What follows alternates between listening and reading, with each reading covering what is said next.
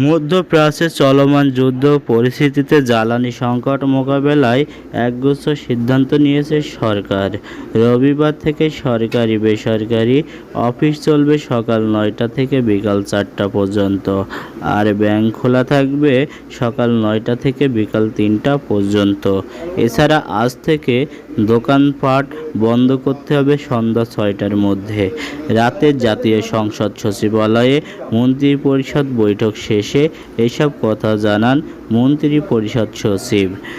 সংসদ অধিবেশন শেষে প্রধানমন্ত্রী তারেক রহমানের সভাপতিত্বে মন্ত্রিপরিষদ বৈঠক রাত ৯টায় শুরু হওয়া এই বৈঠক শেষ হয় প্রায় ৩ ঘণ্টা পর।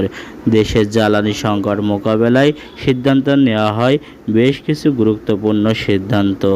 মন্ত্রিপরিষদ সচিব নাসিমুল গনি জানান, সরকারি বেসরকারি অফিস চলবে সকাল ৯টা থেকে বিকাল ৪টা পর্যন্ত, আর ব্যাংক খোলা থাকবে সকাল ৯টা থেকে বিকাল ৩টা পর্যন্ত।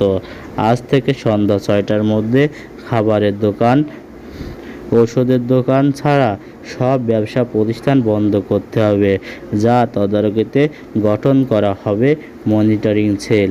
এটা সরকারি সকল অফিস সকাল ৯টা থেকে বিকাল ৪টা চলবে, আর ব্যাংকিংগুলো চলবে সকাল ৯টা থেকে বিকাল ৩টা পর্যন্ত, আর বিকাল ৪টায় ব্যাংক বন্ধ হয়ে যাবে।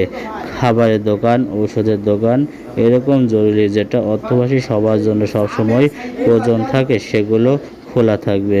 মন্ত্রিপরিষদ সচিব শিক্ষা প্রতিষ্ঠানে কার্যক্রম পরিচালনা বিষয়ে রবিবার নির্দেশনা দেবেন শিক্ষা মন্ত্রণালয়। শিক্ষার বিষয়ে শিক্ষা মন্ত্রণালয় যে বিভিন্ন জায়গায় চাহিদা আছে বিভিন্ন পর্যায়ে সেটা বিবেচনা করে নিয়ে রবিবার থেকে কিছু আলাদা নির্দেশনা দেওয়া শুরু করবেন। এছাড়া ব্যয় কমানোর সিদ্ধান্ত নেওয়া হয় বৈঠকে।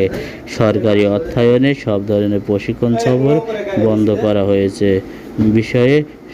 বিয়েসহ সকল সামাজিক অনুষ্ঠানে করা যাবে না আলোকসজ্জা।